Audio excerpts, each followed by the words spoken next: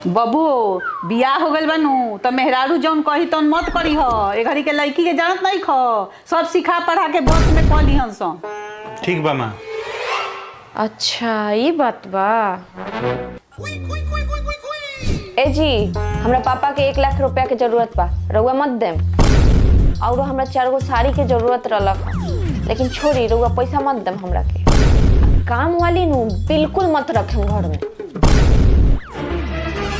माँ आज तू जन बोललू हनु उहे कहीं नहीं हो। कहली हमरा से कि हमरा पापा के नु 1 लाख रुपया मत भेजे, तो हम फटाक से भेज देनी है। अब कहली हो कि हमरा के 4 गो साड़ी खरीदे के पैसा मत देम, फटाक से ट्रांसफर कर देनी है पैसा। तहार बात हम मानत नहीं, एगो बात ना माने मुकर। और कहली हो कि नौकरानी मत ले हम घर में, खर्चा हो जाए पैसा। बात कर ले बानी, कल ही नया नौकरानी आवतिया, उनकर बात हम मानत नहीं।